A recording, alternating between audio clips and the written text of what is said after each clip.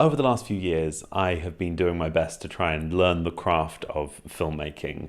And one of my favorite ways of doing this so far has been the micro short film, that really tiny little project that's somewhere in between just a few seconds long and about 2 minutes, 1 minute being the absolute sweet spot. You can learn so much from these tiny little 1 minute short films.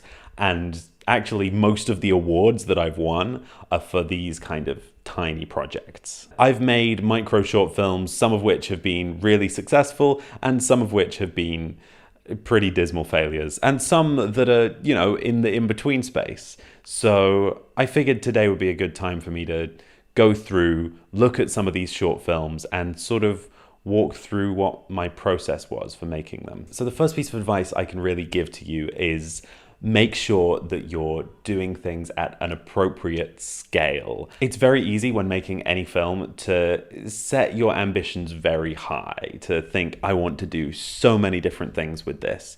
And when you're making a really tiny film, that can sometimes get in the way. The first sort of micro short film that I made for a competition was Don't, which was meant to be 90 seconds long for the Depict film competition.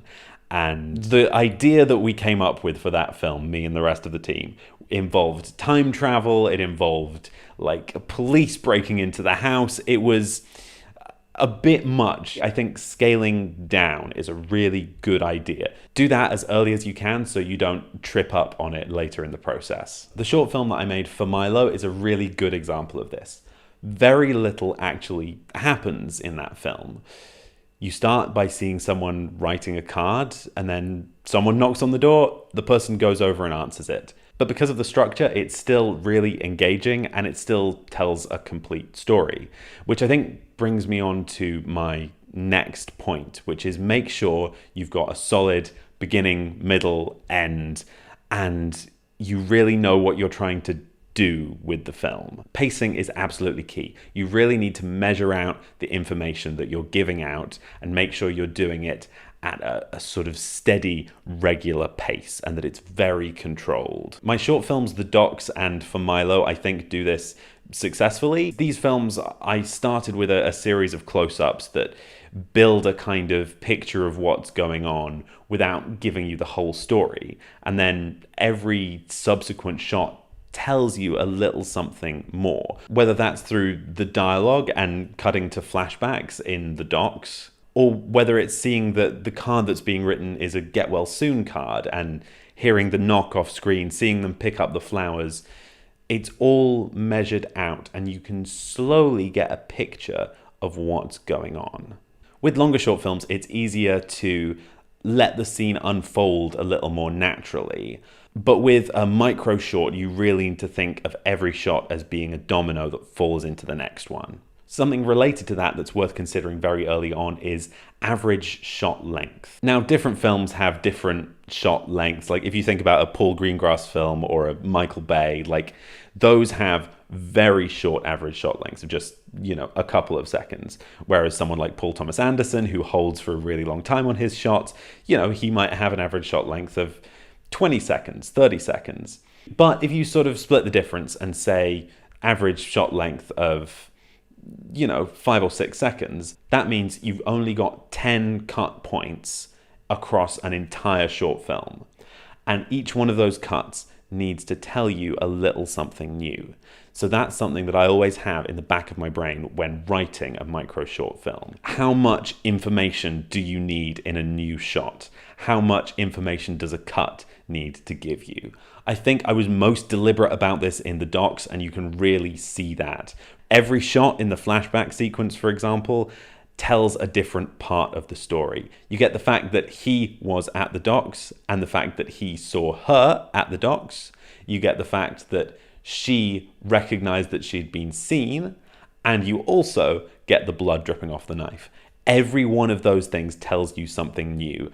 And I probably wouldn't have been quite so deliberate about it if I hadn't been considering just how little time there is. The last thing to consider, and I think this is good advice for any short film, is to end with a real full stop. For Milo, this is really easy to spot. When she recognizes what her friend arriving means, she drops the flowers and drops the card, and you end on that close-up of "For Milo" on the front of the card. That is a nice punch to end the whole film with. Similarly with the docs, when the switchblade comes out, that's a good place to end the film. That really implies something and is a good full stop to end the film on. A hand reaching out of a computer screen in Delete Me, another great example. If you go back to an older short film that I made called An Empty House, it was 2 minutes, so it was at the longer end of this kind of micro short film scale. And I was really trying to build suspense with that film. It was a lot of lingering shots of like lights coming on and close-ups and lingering pans, which did a lot to build tension. But ultimately, there is no ending to it. The guy goes over, looks out the door, sees there's nothing there, and that's the end. And that doesn't leave you with anything. There's no end to the story. There's no culmination of a character arc. There's no visual punch. It's just a non-ending. For Don't as well, we also didn't have a decent ending planned, so we ended up having to just grab some stuff and give that visual punch with an ending that kind of didn't really make sense if you think about it from the time travel logic perspective. So I think that's everything that I've got to say on micro short films. Let me know if any of it at all was helpful. And if you've made micro short films of your own, please do let me know. I'd be very interested to see them. If you haven't seen any of the micro short films that I've been talking about in this video, please feel free to click a link somewhere. There'll be a playlist of short films that I've made, and let me know what you think of those. Thank you very much, and I hope you have a nice day, week, month, year, however long it is until I make the next video.